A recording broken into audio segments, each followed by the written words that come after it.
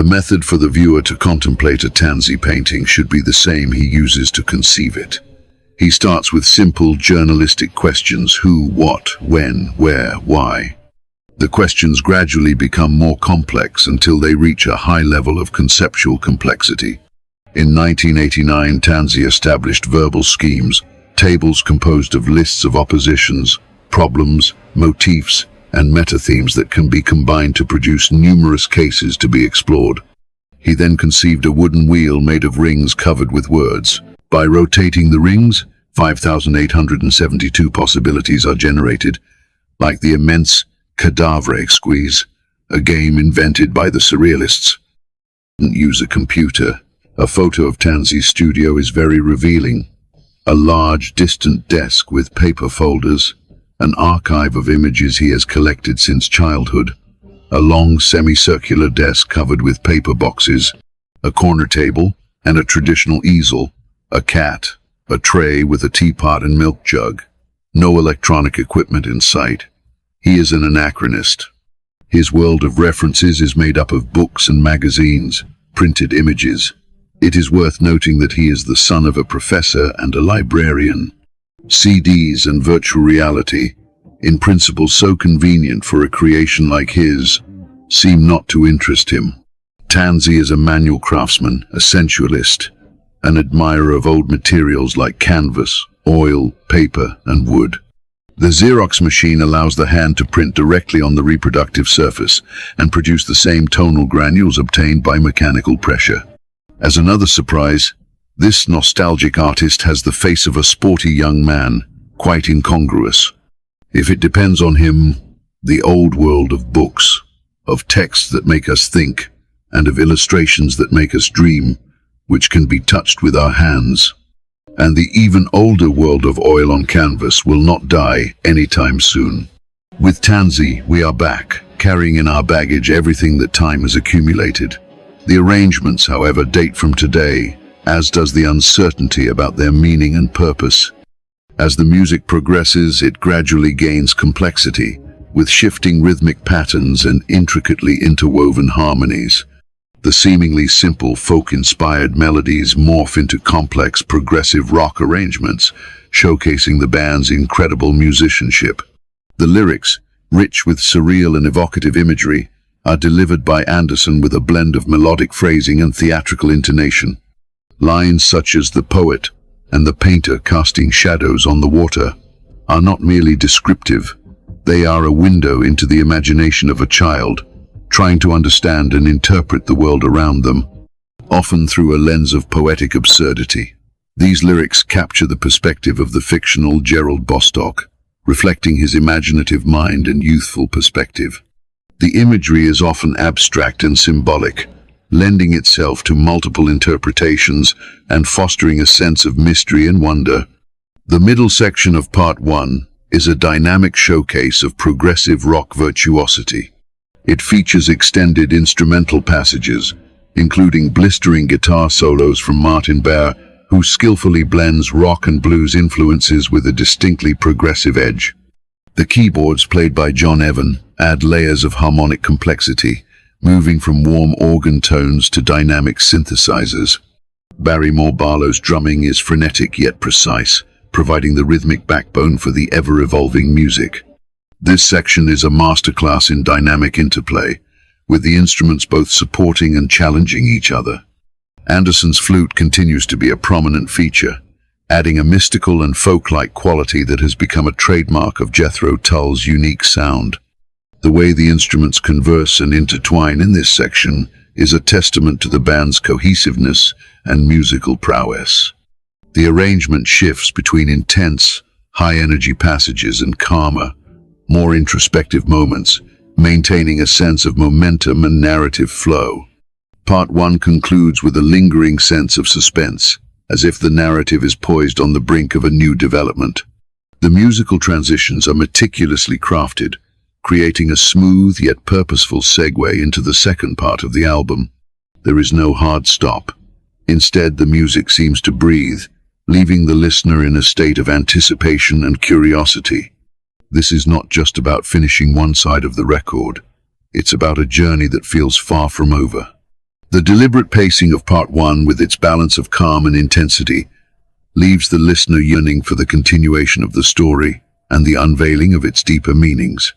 The sense of anticipation is palpable, making the transition to Part 2 all the more impactful. The use of dynamics and tempo changes is masterful, keeping the listener engaged and on the edge of their seat.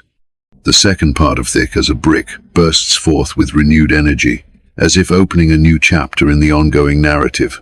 The musical mood here is noticeably darker and more introspective compared to the opening passages. The lyrics begin to explore themes of societal pressures and the loss of innocence, suggesting a critique of how society shapes and molds individuals from a young age. Lines like, "See there, a son is born and we pronounce him fit to fight," are sharp commentaries on the societal expectations that are imposed upon individuals from birth, and the way in which children are often forced into roles they did not choose. This is a deliberate contrast to the initial pastoral and innocent tones of the first part. The shift in tone signals a shift in perspective, as the fictional Gerald Bostock is presented as starting to understand the harsher realities of the world around him. Here, Jethro Tull's musical versatility is showcased even further, moving through diverse musical styles with fluidity and purpose. There are moments of sophisticated jazz fusion, passages of heavy rock guitar, and even nods to classical music, creating a rich and varied sonic tapestry. This eclecticism is a hallmark of progressive rock, but Jethro Tull infuses it with their own unique sensibility. The band is not simply blending genres for the sake of it, but rather using these different musical languages to express a wide range of emotions and ideas. John Evans' keyboard playing is particularly noteworthy, ranging from bluesy piano runs to ethereal synthesizer textures. Barrymore Barlow's drumming continues to be a tour de force, seamlessly navigating the complex rhythmic changes with impressive skill and sensitivity. He adds a propulsive force to the band's sound. The interplay between drums and bass throughout the album is a masterclass in creating a dynamic and engaging foundation for the music. The rhythm section acts as a constant source of energy and momentum, pushing the music forward and providing a sense of structure within the complex arrangements. One of the most memorable segments in Part 2 is the acoustic interlude. During this passage, Anderson's vocal performance takes on a melancholic sweetness, creating a moment of respite before the music surges again into an epic crescendo. This shift to a quieter, more intimate sound creates a powerful emotional contrast, allowing the listener a moment to reflect before the intensity resumes. This segment highlights Anderson's versatility as a singer, capable of expressing both the raw power of a rock and roll vocalist and the vulnerability of a folk singer. The stripped-down arrangement, with just acoustic guitar and vocals, is deceptively simple, yet deeply moving. It is a pause for reflection before the final, explosive movement of the piece. The album's finale is a powerful and triumphant culmination of all the preceding musical ideas. The instrumentation is full, the energy is high, and all the instruments come together in a powerful symphony of sound, reflecting the journey the listener has undertaken.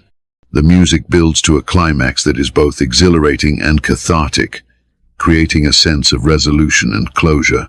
However, even in this triumphant moment, Jethro Tull injects a dose of irony. The final line, "Your sperm's in the gutter, your love's in the sink," is a shocking, unexpected, and deliberately provocative ending, leaving the listener both bewildered and challenged. It's a darkly humorous way to close the narrative, a final twist that reminds the listener that this is not a conventional story with a happy ending. This final line has been the subject of much debate and interpretation, but its power to disturb and provoke is undeniable. It serves as a potent reminder of the band's ability to subvert expectations and challenge conventional notions of musical storytelling. It also serves to emphasize the satirical nature of the work as a whole. The very last note rings out, leaving the listener to ponder the album's multiple layers of meaning and irony. The lyrics of Thick as a Brick are a rich tapestry of poetry, satire, social commentary, and philosophical musings. They tackle complex themes of lost innocence, social pressures, and the search for meaning and identity in a chaotic world. The story of the fictional Gerald Bostock, the 8-year-old boy who purportedly wrote the epic poem, serves as a powerful metaphor for the journey of self-discovery and the struggle against societal conformity that each individual must face. The lyrics are not just a sequence of words. They are a carefully constructed narrative that is both poignant and provocative. The album uses the persona of a child to explore adult themes, often offering a perspective that is both naive and insightful. The satirical element of the album is not limited to the fake newspaper or the child prodigy concept. It's woven throughout the lyrics, often presenting a cynical, even nihilistic view of the world and its institutions. JETHRO TULL satirizes the earnestness and self-importance that could be found in progressive rock of the era, while ironically creating a work that could be perceived as being just as pretentious. This creates a fascinating tension and provides an additional layer of enjoyment for the listener. The band pokes fun at the self-seriousness of some artists, while at the same time creating a piece that is both ambitious and deeply engaging. This clever subversion of expectations is a key part of the album's brilliance. The philosophical undertones of Thick as a Brick are just as important as its satirical elements. The album explores big questions about life, death, and the meaning of existence. It reflects the anxieties and uncertainties of the early 1970s, a time of social and political upheaval. The lyrics often present a bleak and pessimistic worldview, highlighting the hypocrisy and absurdity of human behavior. The use of contrasting imagery, such as the juxtaposition of innocence and experience, adds to the complexity of the themes being explored. The album isn't afraid to confront uncomfortable truths and challenge the listener's perceptions of the world around them. The lyrics also demonstrate Anderson's talent for wordplay and creating surreal images. The words are carefully chosen and arranged to create a vivid and thought-provoking experience. The use of poetic devices such as metaphor, simile, and allegory adds to the richness of the text. The way Anderson uses language is both playful and profound, creating a unique style that is both instantly recognizable and challenging to interpret. The meaning of the lyrics is not always straightforward, often requiring multiple readings and interpretations. This is not a weakness, but rather a strength, as it allows listeners to engage with the material on multiple levels and to find their own meanings within it. The concept of childhood is explored in depth, both as a source of wonder and as a period of vulnerability. The album looks at the way children are conditioned and molded by society, often being forced to abandon their innocent perspectives and conform to adult expectations. The notion of losing innocence is a recurring theme, with the lyrics often depicting the way in which childhood dreams are crushed by the harsh realities of life. The album encourages listeners to question the norms and values that are imposed upon them and to search for their own individual truth. The sense of disillusionment and disenchantment that permeates the lyrics serves as a powerful and poignant commentary on the human condition. Thick as a Brick was a major commercial and critical success upon its release, achieving the rare feat of reaching the top of the album charts in both the United States and the United Kingdom. This accomplishment is even more impressive given the unconventional nature of the album. It solidified JETHRO TULL's position as one of the most innovative and important bands of the 1970s, leaving an indelible mark on the musical landscape and influencing countless artists in the decades that followed. The album's success demonstrated that complex, challenging, and even satirical music could find a large and appreciative audience. This helped to pave the way for other progressive rock acts and demonstrated the willingness of listeners to embrace more ambitious and experimental works. The album stands as a pivotal moment in the history of progressive rock, demonstrating that music could be both intellectually stimulating and emotionally engaging. It challenged the perception of progressive rock as being overly serious or inaccessible, and showed that music could be both profound and playful. The combination of complex musical arrangements, thought-provoking lyrics, and a satirical edge made Thick as a Brick a unique and unforgettable listening experience. The way in which it broke down musical conventions and challenged audience expectations had a profound impact on the development of the genre. It provided inspiration for many other artists who wanted to push the boundaries of their own creativity. The album's legacy extends far beyond the realm of progressive rock. Its themes of societal critique, the loss of innocence, and the search for meaning continue to resonate with listeners across different generations. The album's unconventional structure, use of satire, and innovative musical arrangements make it a timeless work of art. It has been the subject of countless analyses and interpretations, and its impact on music is still felt today. The album's influence can be heard in the work of many contemporary artists, and it continues to attract new listeners who are drawn to its unique and challenging nature. Thick as a Brick is a testament to the power of music to provoke, to challenge, and to inspire. Its unique structure and engaging narrative continue to fascinate new listeners, proving that truly great art is indeed timeless. The album's ability to transcend generational and cultural boundaries is a testament to its artistic merit. It demonstrates that music can be both a source of entertainment and a powerful tool for exploring complex and profound ideas. Its continued relevance is proof of its enduring artistic value. Its impact on music and culture is immeasurable, and it will continue to be studied and celebrated for generations to come. The fact that a single continuous song of over 40 minutes could reach the top of the charts is a testament to the power of the band's vision and the willingness of listeners to embrace the unconventional. Thick as a Brick is much more than just an album. It's an immersive experience. It demands the listener's full attention and challenges them to engage with the music on a deep and meaningful level.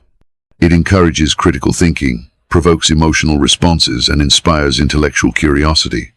It's not just a collection of songs, it's a journey of discovery, a unique exploration of musical form, lyrical content, and thematic depth.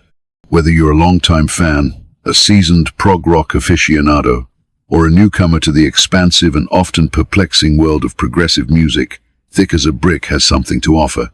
It transcends the boundaries of genre and speaks to the universal experience of being human. It challenges us to question the world around us, to examine our own beliefs, and to seek our own truths. The album's ability to remain relevant and compelling even after 5 decades is a testament to its artistic integrity and innovative spirit. Its unique blend of musical complexity, satirical wit, and philosophical depth continues to fascinate and challenge listeners. It's a reminder that great art is not about conforming to expectations, but about pushing the boundaries of creativity and imagination. Thick as a Brick is an album that requires repeated listening, multiple interpretations, and a willingness to embrace its inherent ambiguity. It's a work of art that grows richer and more rewarding with each encounter. It isn't just a listening experience, it's a dialogue, a conversation between the artist and the audience, which encourages active participation and engagement. So what did you think of this exploration? Did the analysis shed new light on familiar territory, or perhaps sparked your interest if this was your first encounter? We encourage you to share your thoughts in the comments below. What are your favorite musical moments on the album? What lines of the lyrics have resonated with you most? What aspects of its complex narrative did you find particularly intriguing or perplexing? Don't hesitate to let us know what stood out most to you about this iconic album. Your feedback is invaluable and helps us continue to explore the diverse and fascinating world of music together. Don't forget to like, share, and subscribe to the channel for more in-depth analyses and explorations of musical masterpieces. Until our next sonic adventure, keep listening, keep questioning, and always remember, music is a journey, and Thick as a Brick is undoubtedly one of the most rewarding and unforgettable trips you can possibly take. And as Gerald Bostock may or may not have said, don't forget to check the St. Cleve Chronicle for further updates, though some of what you read there might be a little thick.